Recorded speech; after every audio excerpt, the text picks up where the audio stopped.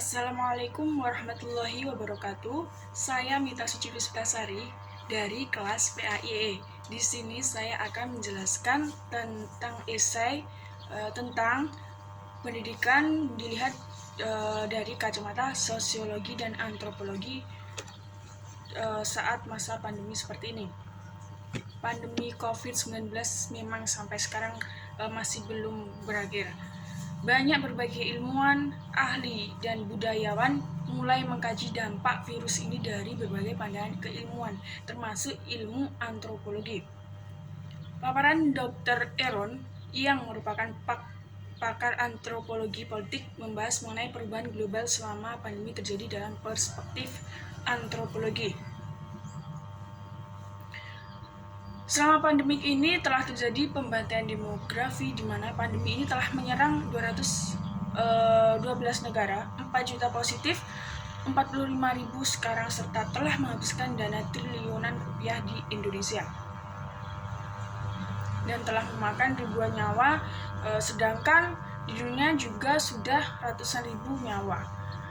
Tidak hanya itu, banyak sektor yang terkena imbas karena pandemi ini. Selain itu muncul sebuah fenomena lockdown dan atau PSBB yang dirasa aneh di berbagai tempat, sehingga muncul konsepsi orang asing, putra daerah, famili, dan mudik dilarang. Hal itu juga menjadi musuh di suatu daerah. Pandemi COVID-19 telah memberikan gambaran atas kelangsungan dunia pendidikan di masa depan melalui bantuan teknologi. Namun, teknologi tetap tidak dapat menggantikan peran guru, dosen, dan interaksi belajar antara pelajar dan pengajar, sebab edukasi bukan hanya sekedar memperoleh pengetahuan, tetapi juga tentang nilai, kerjasama, serta kompetensi. Situasi pandemi seperti saat ini juga menjadi tantangan tersendiri bagi kreativitas setiap individu dalam menggunakan teknologi untuk mengembangkan dunia pendidikan, khususnya bagi pendidikan di Indonesia. Dan saat pandemi menjadi tantangan dalam mengembangkan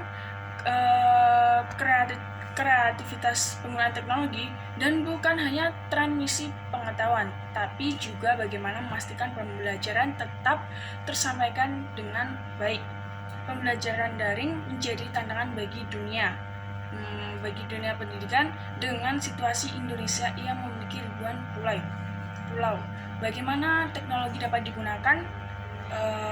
Bagaimana penyediaan akses internet pada daerah-daerah terpencil di mana barang elektronik tanpa akses internet pun masih menjadi suatu kemewahan. Ini merupakan tantangan bagi semua pihak. Saat ini kita juga harus bekerja keras bersama bagaimana membawa teknologi menjawab permasalahan nyata yang terjadi pada mahasiswa dan pelajar yang kurang beruntung. Kondisi pandemi COVID-19 juga memaksa para pemangku kebijakan di bidang pendidikan untuk dapat menyesuaikan diri dalam melaksanakan proses pembelajaran. Seperti yang pertama, indikator juga merupakan penanda pencapaian kompetensi dasar yang ditandai oleh perubahan perilaku yang dapat diukur, yang mencakup sikap, pengetahuan, dan keterampilan.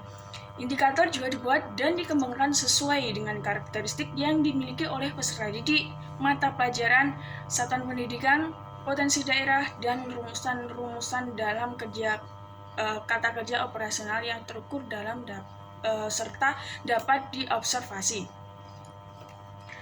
Juga indikator juga berfungsi sebagai alat menyusun penilaian, dan artinya perilaku peserta didik yang dapat diukur atau diobservasi untuk menunjukkan ketercapaian kompetensi dasar tertentu yang telah menjadi acuan penilaian pada suatu mata pelajaran. Di kondisi pandemi saat ini, cara guru dalam menentukan indikator pencapaian kompetensi siswa adalah dengan menyesuaikan kondisi yang terjadi, baik dari peserta didik, keadaan lingkungan sosial, dan satuan pendidikan. Karena kegiatan tatap muka terbatas, guru tidak terlalu memberatkan pencapaian peserta didik. Tetapi Guru tetap berusaha semaksimal mungkin untuk mampu mencapai indikator pencapaian kompetensi siswa. Dan yang kedua, materi pembelajaran yang merupakan pengetahuan, keterampilan, dan sikap yang harus dikuasai peserta didik dalam rangka memenuhi standar kompetensi yang telah ditetapkan. Materi pembelajaran pada hakikatnya merupakan pengetahuan, nilai-nilai, dan keterampilan sebagai isi dari suatu tujuan pembelajaran, sehingga dapat dikatakan bahwa materi pembelajaran itu berbagai pengalaman yang akan diberikan kepada siswa selama mengikuti proses pendidikan atau proses pembelajaran. Misalnya di aspek psikomotorik itu berdasarkan analisis data yang diperoleh yaitu dalam kondisi dan situasi pandemi COVID-19 seperti saat ini, guru memberikan tugas hafalan di rumah dan memberikan setoran hafalan kepada guru di sekolah untuk mempersingkat waktu sesuai jadwal yang telah ditentukan. Sekian, jika ada kurangnya mohon maaf. Billahi taufiq wal hidayah. Wassalamualaikum warahmatullahi wabarakatuh.